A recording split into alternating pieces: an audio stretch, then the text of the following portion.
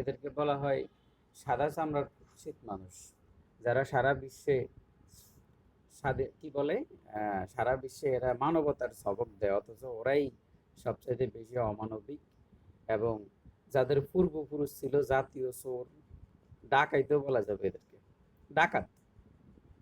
এই সেই ইউরোপীয় এবং ভণ্ড, এবং যারা সব সময় প্রতিশ্রুতির অবমাননা করছে, যারা সুই ছইয়া ডুইকা ফাল হয়ে বাড়িছে।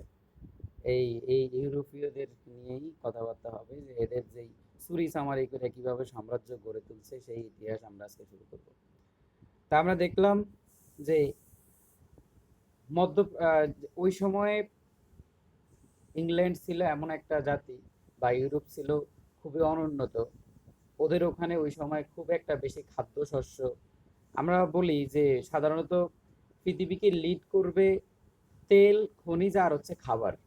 খাবার যার কাছে, তার কাছে পৃথিবীর পাওয়ার থাকবে আগামী সময়গুলোতে। অনেক প্রযুক্তি উদ্ভাবন হবে, কিন্তু খাবার থাকবে না মানুষের কাছে। এই জন্য ফুড ক্রাইসিস হচ্ছে মূল বিষয়। তো এর আগেও ইউরোপে এরকম আমাদের যে অঞ্চল বাংলাদেশ, ভারত, এই অঞ্চলগুলো ভারতীয় উপমহাদেশে, এখানে একটা বীজ ফালাই দিলে একটা চারা হয়ে যায়। পৃথিবীর এত উর্বর দেশ, এত উর্বর মাটি কখনো কোনো জায়গায় নাই, কিন্তু আমরা আমাদের গোলামি থেকে কখনো বের হইতে পারি না, এটাই হলো সমস্যা।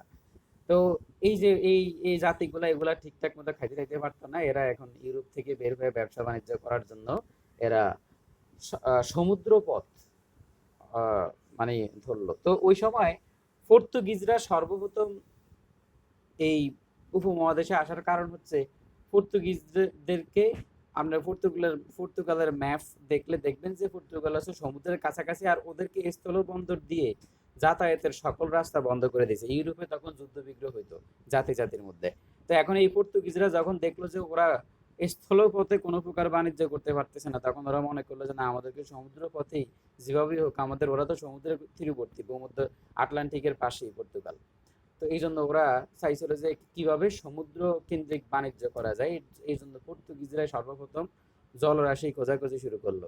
তো এরপর আবার মিডিল ইস্ট, 1500 সালের দিকে মিডিল ইস্টে, তারপরে তোমার আপনার ইউরোপীয় ইউনিয়নের এই যে এই সাইডগুলা, আমরা তো ওই যে যেই মানে কনস্টান্টাইনোপল যেটা দখল করা হইলো, তো সব মিলিয়ে মুসলমানদের সাম্রাজ্যই বেশি ছিল। তো এখন এই জন্য ওরা স্থলপথে আসলে বাণিজ্য করার যেই ক্যাপাসিটি, সেটা হারায় ফেলছে। এই জন্য তারা সমুদ্র পথ আবিষ্কারের জন্য চেষ্টা করা শুরু করে দিছে। তো এখানে এটাই হলো আমাদের এই যে ওদের সংক্ষিপ্ত ইতিহাস, যে তারা কেন এই ইউরোপীয় মহাদেশ বা এইসব জায়গায় বাণিজ্য করার জন্য আসতে চাইছিল। এখান থেকে বিভিন্ন প্রকার খাবার দাবার টাবার এগুলো নিয়ে যাবে। তো এখানে আমরা দেখলাম যে এই যে এখানে একজন ইউরোপীয় বণিক আসছে, এই যে আমাদের মানে দেখছেন যখন আসছে তখন তার চেয়ারও নাই, তাকে চেয়ারও দেয় না, ওই দাঁড়ায় আছে ওইদিকে। আর এদিকে বাংলার সম্রাটরা যারা ছিল তারা বসে আছে, ওদেরকে খুব একটা বেশি পরিমাণে মূল্যায়ন টুল্যায়ন করতো না। ওই সময় তো বাংলার আকবর যারা ছিল, ওনারা তো খুব প্রভাবশালী ক্ষমতাধর ব্যক্তি ছিল। এই জন্য ইউরোপে এগুলাই আসছে ব্যবসা করে খায়া দেয়া বাঁচো, ওরকম আর। এই জন্য ওদেরকে খুব একটা বেশি পাত্তা দিত না। তো ইউরোপ থেকে পূর্ব দিকে আসার জলপথ যে সর্বপ্রথম আবিষ্কার করছে, তার নাম হচ্ছে পর্তুগিজ নাবিক বার্থোলোমিও দিয়াজ। 1487 সালে ইউরোপ থেকে পূর্ব দিকে আসার পথটা আবিষ্কার করছে। তো এটা হলো আফ্রিকার উত্তমাশা অন্তরীপ, উত্তমাশা অন্তরীপ। চিনেন কেউ? দেখছেন কখনো? ম্যাপে দেখছেন?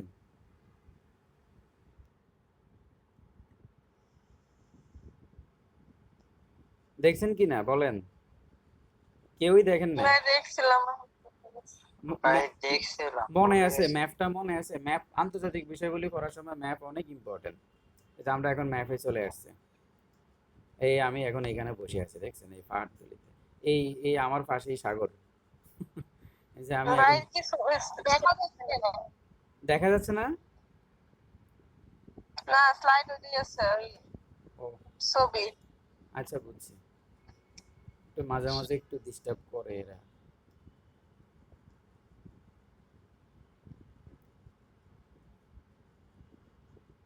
উত্তম আশা অন্তরীপটা একটু ইম্পর্টেন্ট, তো এটা একটু দেখে নেন।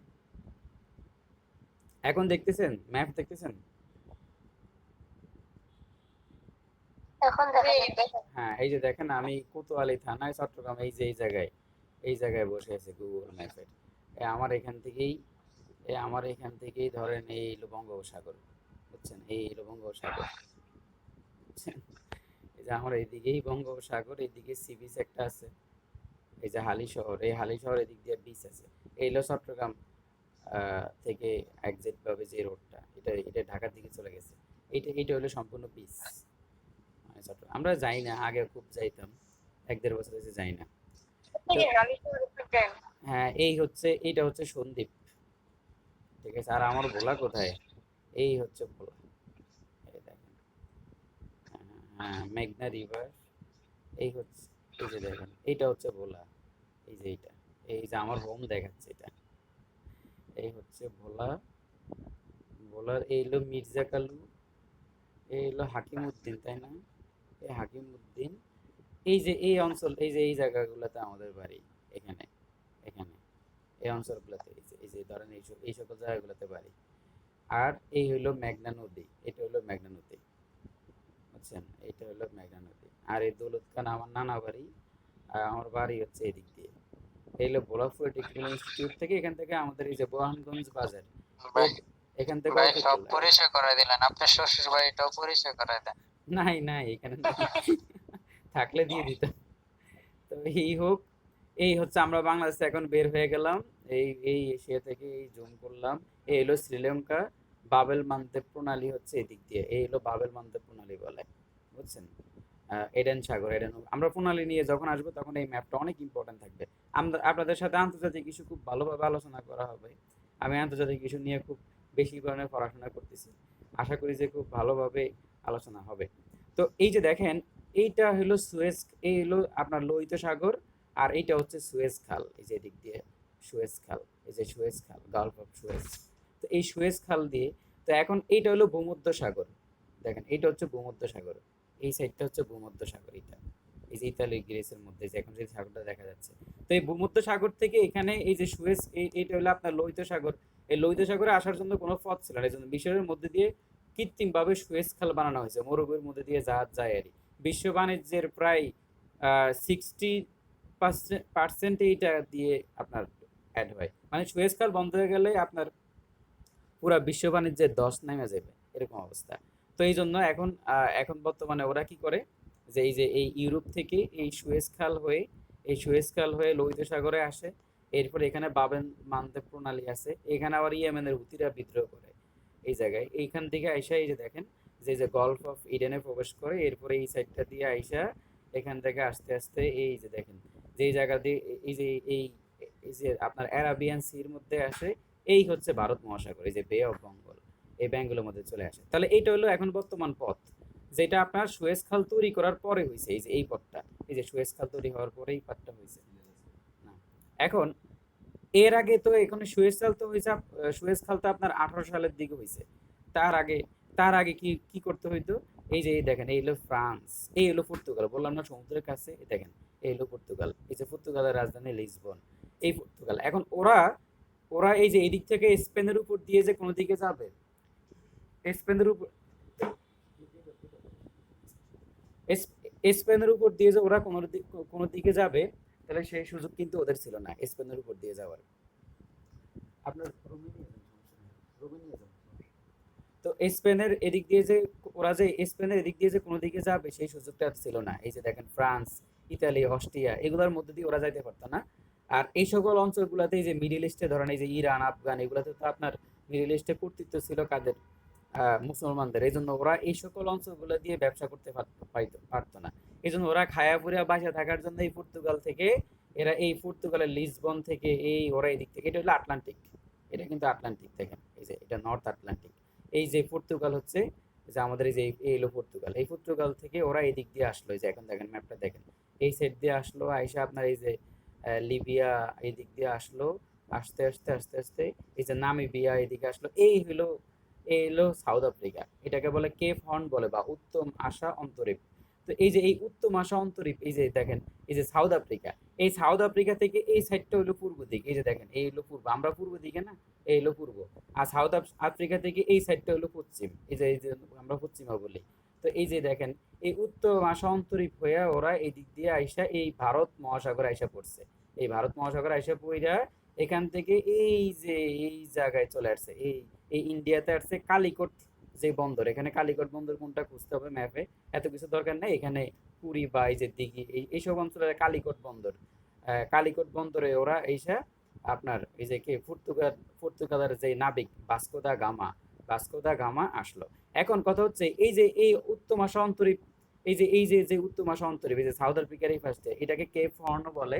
এই যে উত্তর অন্তরীপ, এই উত্তর অন্তরীপ দিয়ে আসার যে পথটা আবিষ্কার করছে তার নাম হচ্ছে কি, ওই যে আমরা যেটা দেখি বার্থোলোমিও দিয়াজ।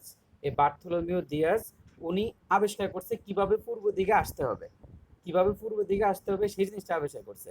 কিন্তু এরপরে 1498 সালে আপনার ভাস্কো দা গামা সে একদম এই উত্তর মহাসাগরিক হয়ে এই পুরা ভারত মহাসাগর পাড়ি টাড়ি দিয়ে এই জায়গায় আসছে।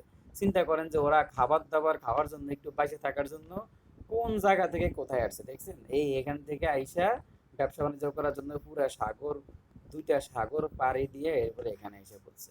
তার মানে ওদের অবস্থা কত খারাপ ছিল ওই সময়। তো ওরাই বাংলায় আসছে ব্যবসা বাণিজ্য করার জন্য, এখানে পর্তুগালের যারা। তো এটাই হয়েছিল আমাদের অবস্থা। তো ঠিক আছে, আমরা ম্যাপ নিয়ে অনেক কাজ হবে যখন আমরা কি বলে, যখন আমরা একটু আন্তর্জাতিক অ্যাফেয়ার্স পড়বো, তখন আমাদের ম্যাপ নিয়ে কাজ অনেক বেড়ে যাবে। এখন আমাদের ম্যাপটা একটু দেখাইলাম আপনাদেরকে। আন্তর্জাতিক বিষয়গুলিতে সব ম্যাপ নিয়ে পড়তে হবে। তো এখানে দেখেন বলছে যে ইউরোপ থেকে পূর্ব দিকে আসার যে জলপথ আবিষ্কার করছে পর্তুগিজ নাবিক বার্থোলোমিও দিয়াজ। এরপর সেটা হলো আপনার 1487 সালে। তারপরে পূর্ব দিকে আসার পথ আবিষ্কার করছে। কিন্তু এই পূর্ব দিকের পথ ধরে এই যে উত্তর মহাসাগরীপ বা কেপ হর্ন বলে, এটার মধ্যে দিয়ে আসার মানে এই যে যে যে পথটা আবিষ্কার করলো সেটা দিয়ে ইতালিয়ান নাবিক, মানে সরি ইতালিয়ান নাবিক না, ওই ভাস্কো দা গামা আসছে। এখন এখানে আরেকজনের নাম আছে যে 1492 সালে আমেরিকার যেই আমেরিকা আবিষ্কার করছে আপনার ইতালিয়ান নাবিক কলম্বাস। তো আপনার ইতালিয়ান নাবিক কলম্বাস 1492 সালে আমেরিকা আবিষ্কার করছিল, ইতালিয়ান নাবিক কলম্বাস। কিন্তু সে কি করছে জানেন, ও চাইছিল যে ভারত আবিষ্কার করার জন্য, আমেরিকার দিকে যাইতে চায় না। ও চাইছিল যে ভারতে কিভাবে যায় খায়া ফুরিয়া বাঁচা যায়। এই জন্য ও ভারত আবিষ্কার করতে যায় আবিষ্কার করে ফেলছে ওয়েস্ট ইন্ডিজ। ওই যে ওয়েস্ট ইন্ডিজের নাম কেন ওয়েস্ট ইন্ডিজ আসলো সেটা দেখেন। আমরা তো আবারও একটু ম্যাপে যাইতে হয়। ও দেখেন ওর কাজটা কি, ও আসবে এখানে, এটা হলো ইন্ডিয়ান ওশান তাই না। ওই যে সাউথ আফ্রিকা দিয়ে ও আসবে, সাউথ আফ্রিকা দিয়ে এই সাইডে, এই যে এই ইন্ডিয়ার দিকে, ঠিক আছে, এই ইন্ডিয়ার দিকে। কিন্তু ও এদিকে না যায়, ও ভুল ক্রমে কি করছে, এদিকে আপনার চলে গেছে আর্জেন্টিনা। তো ও এদিক থেকে চলে গেছে ওয়েস্ট ইন্ডিজ যে দ্বীপগুলো আছে না, ওয়েস্ট ইন্ডিজের দ্বীপগুলো কোন দিক দিয়ে,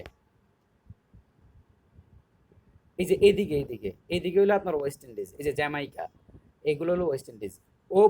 ও ভুলবশত এদিকে না এসে ক্যারিবিয়ান সির দিকে চলে আসছে। আইসা ও মনে করছে ও ইন্ডিয়া চলে আসছে, এই জন্য এগুলার নাম দিয়েছে ওয়েস্ট ইন্ডিজ। বুঝছেন, মনে করছে যে ও ইন্ডিয়াতে না, এই জন্য ওয়েস্ট ইন্ডিজের নামটা এখান থেকে আসছে। মানে কলম্বাস ভুলবশত আমি আমেরিকা আবিষ্কার করার জন্য আসে নাই, ও আবিষ্কার করতে চাইছিল ইন্ডিয়া, কিন্তু ও উল্টা পথে আইসা আবিষ্কার করে ফেলছে আমেরিকা। তো এলো অবস্থা কলম্বাসের। তো এখন 1492 সালে আমেরিকা আবিষ্কার করেন ইতালিয়ান নাবিক কলম্বাস। তো এই যে দেখেন, এই যে আমেরিকাতে যে ও উঠলো, আমেরিকাতে ওই সময় কিছু আমেরিকার ইতিহাস নিয়ে আমরা কথা বলবো, আমেরিকার ইতিহাস সম্বন্ধে জানবেন বিস্তারিত। তো এখানে ওয়েস্ট ইন্ডিজ চলে গেলো।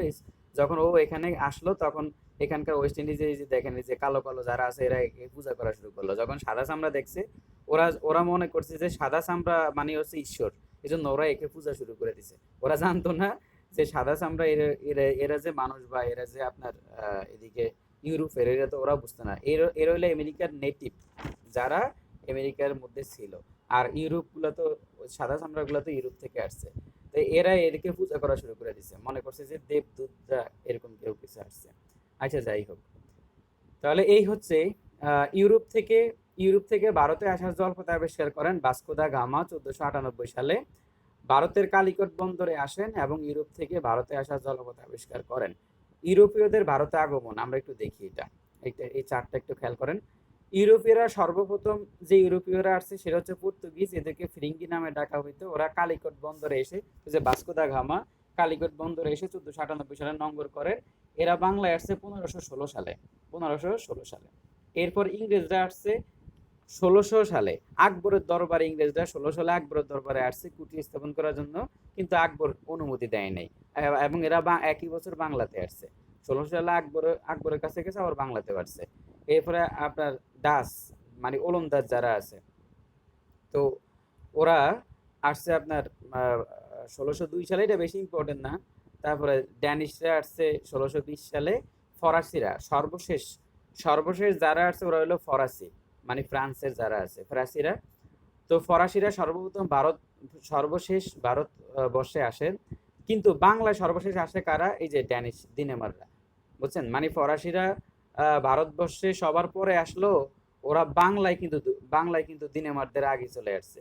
1600 আপনার কত এখানে 74 সাল। তাহলে এখানে যদি প্রশ্ন হয় যে বাংলায় সর্বপ্রথম কারা আসছে, পর্তুগিজরা। দিল্লিতে কারা আসছে, মানে ভারতবর্ষে কারা আসছে, তাও পর্তুগিজরা। যদি প্রশ্ন হয় যে ভারতবর্ষের সর্বশেষ কারা আসছে, ফরাসিরা। কিন্তু যদি বলা যায় বাংলায় সর্বশেষ কারা আসছে, সেটা হলো ড্যানিশ, মানে দিনেমার। ওরা বাংলায় একটু পরে আসছে, যদি ওরা ভারতবর্ষে ফরাসিদের আগে আসছিল। ভারতে সবার শেষে আসে কি? ফরাসিরা। আচ্ছা, এরপর আমরা কুটি দেখব। কুটি মানে যেখানে তাদের বাণিজ্যিক সামগ্রী বা বিভিন্ন জিনিসগুলা রাখে, এগুলাকে বলা হয় কুটি। তো এখানে কুটি হচ্ছে পর্তুগিজদের ভারতের প্রথম কুটি হচ্ছে কোচিনে। এটা একটু ইম্পর্টেন্ট আছে। কোচিনে তারা সর্বপ্রথম কুটি স্থাপন করে, আর বাংলা হইলো হুগলিতে। তাহলে ভারতের প্রথম কুটি স্থাপন করে কোচিনে পর্তুগিজরা, আর বাংলায় হলো হুগলিতে। আর ইংরেজদের প্রথম কুটি স্থাপন হয় সুরাটে, আর বাংলা স্থাপন করে হরিহরপুরে, ওই যে 1633 সালে, এটা তো আমাদের মনে আছে। প্রথম কুটি হরিহরপুরে, আর ইংরেজদের হচ্ছে সুরাটে। ফার্সিরাও একই কাজ করছে। ফরাসিরাও প্রথম কুটি সুরাটে করছে, আর ফরাসিদের বাংলায় প্রথম কুটি হলো চন্দনগড়। ওরা চন্দনগড়ে শায়েস্তা খান থেকে এই অংশটা কিনে নিছে, মানে শায়েস্তা খান থেকে কিছু জায়গা কিনে ওরা এখানে কুটি স্থাপন করছে। পরে ব্রিটিশদের সাথে একটা যুদ্ধ হয়েছে, সেই যুদ্ধে আবার চন্দনগড়ের যেই মালিকানা, সেটা আবার ইংরেজরা নিয়ে গেছে। সেটা হলো 1757 সালের দিকে। তাহলে এখন ফরাসিরা প্রথম কুটি চন্দনগড়ে।